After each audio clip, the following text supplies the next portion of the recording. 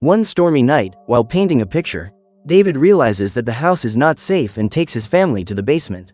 A few minutes later, a tree fell and broke through the window of the house, destroying the picture the man was painting. In the morning, the family comes out of the house to find the garden completely destroyed. Seeing his work of art destroyed, David becomes frustrated and tells his wife that he will call the studio to try to extend the delivery deadline. While walking through the yard to analyze the damage, Billy discovers that the boathouse has been completely destroyed and calls his parents to see the damage. When he realizes that it was his neighbor's tree that fell on the boathouse, David decides to go and talk to him, as he has been asking Norton to cut it down for 3 years, but has been completely ignored. Looking at the horizon, Steph sees a large amount of mist coming from the mountains, but believes that the mist has formed because of the rain. While talking to Norton, David notices that his car has been wrecked and offers him a ride into town. When he arrives at the supermarket, the man realizes that the place is full because the locals have rushed to stock up on food. After picking up all the items he needs, David gets in line at the checkout and, while waiting for his turn to be served, he sees a fire truck heading towards his farm.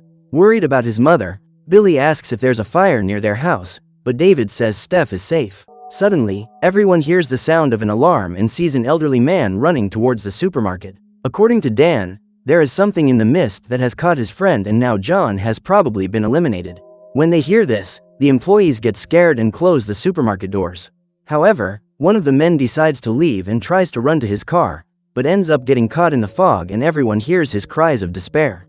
As people try to understand what is happening, the ground begins to shake and everyone ducks down to wait for the earthquake to pass. At this point, the customers start arguing about whether they should leave or stay in the supermarket until the fog clears, but Wanda says she has to go home as she has left her children alone. Afraid of what awaits her outside, the woman tries to convince someone to accompany her, but no one is willing to risk the fog, so she decides to go alone. Seeing David trying to calm his son down, Irene sits down next to him and introduces Amanda, the new resident of the town, who has moved to work as a third-grade teacher. At this point, the man hears a sound coming from the warehouse and goes there to investigate what is going on. When he realizes that the generator is faulty, David switches off the machine and all the electricity in the supermarket is cut off. Trying to walk in the dark, he stumbles and ends up falling to the ground. Suddenly, David hears someone trying to break into the establishment through the back door and runs to inform the others. Minutes later, he returns to the warehouse in the company of a group of men and Norm offers to go outside to check what's going on, as something seems to be blocking the exhaust fan outside. However, David knows that this is a bad idea, because if the door opens, the thing outside will be able to get in. The problem is that everyone believes that this monster is just a figment of the painter's imagination, since he was the only one to hear that noise. So Jim and Myron completely ignore his advice and send Norm to do the job. When the door opens, before he even has a chance to get out to fix the generator, a giant tentacle emerges from the fog and drags the young man out. Seeing the young man in trouble, David is the only one brave enough to come to his aid and tries to pull Norm back into the warehouse. Just then, however, the monster's other tentacles appear and David realizes that they are full of thorns that can easily cut through human skin. While David and Ollie try to save Norm, Jim and Myron cower and try to stay as far away from the creature as possible. At a certain point, when the young man's body has been completely enveloped by the tentacles, David realizes that he won't be able to save him and sees the young man being dragged out. At that moment, Ollie manages to close the gate and the painter uses an axe to cut off a piece of the monster's tentacle. Furious, he hits Jim and claims that it was his fault that Norm was eliminated. After breaking up the fight, Ollie tries to convince his friend to tell the truth to everyone in the supermarket so that no one else will take the risk of trying to leave. However, David knows that people won't believe this story, so he decides to talk to Norton to tell him what has just happened. As expected, when he hears the men talking about giant tentacles, the lawyer begins to think that they are trying to trick him and becomes furious. In an attempt to prove that he is telling the truth, David asks his neighbor to accompany him to the warehouse to see the piece that was torn from the tentacle, but Norton refuses. At that moment, Ollie decides to reveal to everyone what has happened and asks everyone to gather in the hallway to hear what David has to say. While Billy is under Amanda's care, David reveals that he went to the warehouse in the company of 4 other men, but one of them ended up being attacked while trying to get out to fix the generator and was eliminated by something hiding in the mist. As weird and fanciful as this story seems, Bud decides to accompany the group to the warehouse and, when he sees the tip of the monster's tentacle melt right in front of him, he realizes that the team is telling the truth. When they become aware of the situation, the customers band together to build barricades in front of the door and reinforce the glass so that the monsters can't break in. While the others work, Mrs. Carmody hides in the bathroom to pray, because in moments of despair she always finds reassurance in talking to God. Suddenly, Amanda enters the bathroom and, hearing someone approaching, the woman interrupts her prayer and gets up to leave.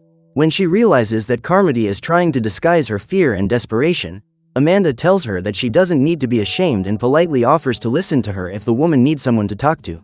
However, instead of responding with the same warmth, Carmody can't swallow her pride and says she doesn't need the friendship of someone like Amanda. At this point, Carmody decides to join the others in announcing the arrival of God and says that there is still time for everyone to repent of their sins. The woman is convinced that what is happening is nothing more than biblical prophecy being fulfilled and that she will soon be at God's side in heaven. When she hears Carmody announcing the arrival of the end times, Amanda is furious and slaps her.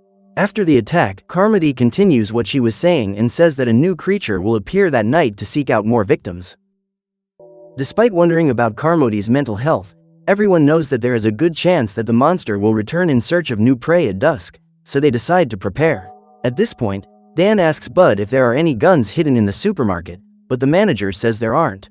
Overhearing the conversation, Mr. Cornell offers to go outside and get the shotgun that is stored inside his truck. However, David says that this is not a good idea and Amanda reveals that she has a revolver with some bullets in her handbag. A few years ago, Ollie practiced target shooting and became a state champion, so Amanda decides to leave his gun with him. After talking to some customers who were also trapped in the supermarket against their will, Norton manages to convince them that there is nothing supernatural or biblical about what is happening and leads a group of men who are determined to get out to face whatever is waiting for them outside. The lawyer believes that the only way to survive the fog is to go out and seek help, so when he realizes that his neighbor is unwilling to reconsider this idea, David asks him to tie a rope around his waist. The idea is for the survivors to know if Norton has managed to advance more than 100 meters, as this is an indication that the creatures are not around. However, Norton refuses to cooperate, so Morales decides to do it instead, as he plans to go out and get the shotgun from Cornell's truck. After leaving, the lawyer and his allies walk towards the city center while Morales goes out to look for the vehicle. Gradually, David and the people who stayed in the supermarket let go of the rope and suddenly they feel something pulling on the other side. Immediately, the team tries to save Morales and drags him back to the supermarket. However, when he manages to pull the body out, David realizes that only the man's legs remain attached to the rope, as his torso has been devoured.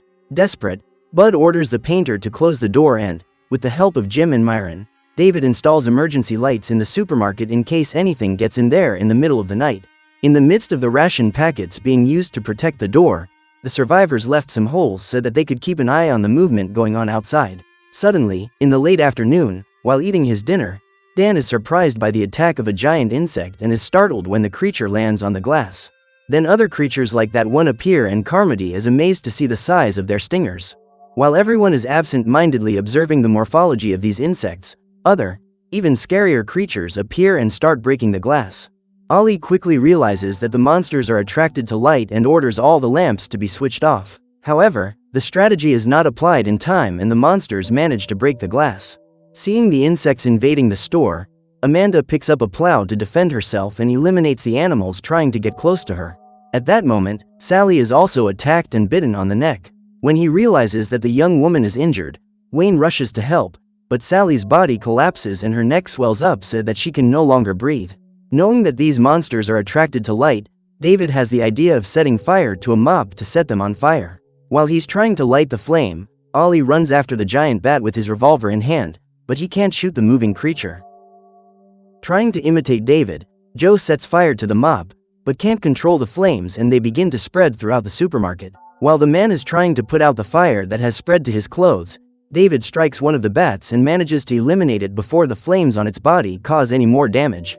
When a giant insect lands on Mrs. Carmody's body, she decides not to react because she wants God's will to come true. However, instead of biting her, the creature decides to leave the woman alone and flies away. At this point, Ollie finally manages to hit one of the bats with his shot and the animal tries to crawl out of the store, but ends up being eliminated during its escape. Once part of the monsters have been eliminated and the rest have left, some survivors begin to believe that Carmody is more than just a crazy woman, as her prophecy has been fulfilled. The woman had said that these creatures would appear in the middle of the night to eliminate more people and everything happened exactly as she had predicted. That night, Despite receiving all possible care, Joe gets worse and asks David to put him out of his misery. Since his body was set on fire, the man has been in severe pain and has no hope of surviving, as he won't be able to get to hospital in the next few hours. His plan is to use Ollie's gun to put an end to everything, but David manages to convince him to hold out a little longer and promises that he will find a way to get antibiotics for him. To help him endure the pain, the young man will also need painkillers, so David begins to think of a plan to get to the pharmacy. Just then, Amanda appears to break the sad news and reveals that Hattie lost her life after taking all the medication in her bag in one go. After helping Amanda hide the woman's body, the painter says he can fit 8 people in his Jeep. After getting the medicine Joe needs, he plans to head south to try to get out of the fog. Before leaving on his mission to find the drugs, David gives Amanda the keys to his car and asks her to look after Billy in case he can't get back. In the company of Ollie and other trusted men, the painter prepares to leave and says that, if all goes well, he and his team will be back soon. However, Mrs. Carmody says that this is a bad idea, as they will end up attracting the attention of the monsters to the supermarket. Determined to convince the others to join her, Carmody starts spreading fear, but Irene throws an object at her head to try to make her stop talking and the two start fighting. After helping them to calm down, David gathers more members into his group and they all walk in single file to the pharmacy. When they get there, they find the door open and begin to wonder if a monster has gotten in. While their allies search the place to make sure there are no monsters around, David and Ollie look for medicine together with Mrs. Irene and fill the bags with painkillers and antibiotics. Suddenly, Dan hears a strange noise and starts hurrying his colleagues, as they need to get back to the supermarket as soon as possible. When he points the flashlight at the ceiling, Jim realizes that the place is full of spider webs where dozens of human bodies are trapped. Just then, Jim is struck by one of the victims, who unwittingly uses his claws to pierce his shoulder. When he hears the call for help, David recognizes the guy's voice and discovers the end of Norton and his group. When they realized that the monsters were real, the men ran to the pharmacy to try to hide, but ended up falling prey to a giant spider, which used the victims' bodies to lay its eggs. Suddenly, the hatchlings start coming out of Norton's body and the adult spiders appear to attack the new visitors to their nest. On seeing the monster, Ollie immediately shoots it and manages to eliminate it, but soon realizes that he doesn't have enough bullets to destroy all those bugs. While David uses an axe to defend himself, the spiders throw their webs to eliminate the intruders and manage to seriously injure them. Those webs, as well as being extremely strong, have a substance on their surface capable of melting human skin. Seeing the wound on Bobby's leg, everyone gathers around him to try and stop the bleeding. Just then, Norton's body falls to the ground and hundreds of hatchlings come out of it. Terrified, the team runs towards the door carrying Bobby in their arms and Irene goes ahead setting fire to all the monsters that come their way. During the escape, one of the team members ends up being caught by the hatchlings and Bobby is eliminated because he can't resist the pain caused by his injuries. After eliminating the giant spider that was waiting for them at the door, Dan and the survivors escape from the pharmacy and reach the supermarket unharmed. Although they survived the attack, everyone is very traumatized by what they saw and David runs to hug his son, as he knows Billy was very worried about him. Even after taking the medication, Joe couldn't resist the burns and lost his life that afternoon while David was asleep. In the meantime, Mrs. Carmody convinces some people that she is a prophet and has a direct link to God. Realizing that they will end up going mad if they stay there, Amanda and those who are still lucid join David to get out of that supermarket and intend to support him in his plan to get in the Jeep and head south. After scheming the whole plan, Wayne sets off in search of his military colleagues to invite them to join him. However, when he finally finds the two men, Wayne discovers that they are no longer alive. At this point, the soldier tells that he was working on a secret government project whose aim was to open a portal to another dimension. What Wayne and the other soldiers didn't imagine was that bloodthirsty creatures would come out of that portal and cause humanity to risk extinction. Upon hearing this, Carmody creates a conspiracy theory and convinces some people that humans are being punished for going against God's laws. With the excuse that they need to atone for their sins, the woman asks her followers to eliminate Wayne because, according to her, a sacrifice is needed to atone for their sins. When he realizes that the soldier is in danger, David tries to help him, but is prevented by the faithful and sees Wayne attacked without being able to do anything to help him. After striking the young man, the men take him outside to feed him to the beasts and watch as Wayne is devoured. The next morning, David and his group sneak out of the supermarket to run to the parking lot to get into their car. However, before they could leave the establishment, they were caught by Mrs. Carmody and the woman told them they couldn't leave. Through an inspiring speech, She convinces her followers that they need to sacrifice those heretics so that God will stop sending the creatures of hell after them. As they are already overcome with fear, Jim and the other faithful put all their hope in Carmody and are willing to do whatever she tells them, as they believe that this is the only way to survive. Seeing his friend surrounded, Ollie revolts and shoots the supposed prophet to stop her putting absurd ideas into the minds of the other survivors. When they realize that the woman has actually been eliminated, everyone realizes that there was nothing special about her and gets out of the way so that they don't become next.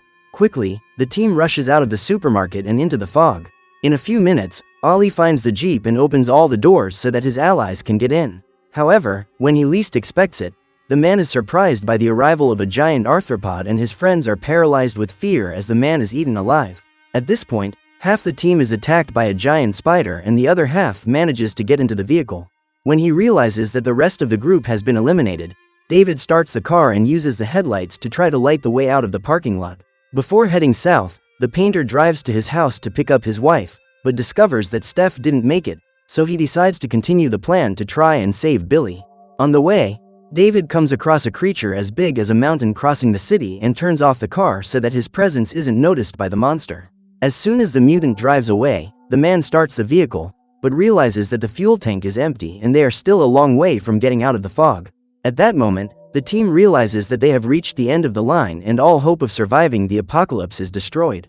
Frustrated, David picks up the revolver and realizes that there are only 4 bullets left. Since there are 5 people in that car, the painter eliminates his son and his friends and is left alone to deal with his pain. His goal now is to find a way to put an end to everything without too much suffering, so he gets out of the vehicle in the hope that some monster will show up to devour him. However, to his surprise, David comes across an army tank and ends up being saved by the rescue team sent by the military. Seeing the soldiers destroying all the demonic creatures hidden in the fog, the painter deeply regrets what he has done and begins to cry out in despair, for he has ended the lives of his son and his friends in vain.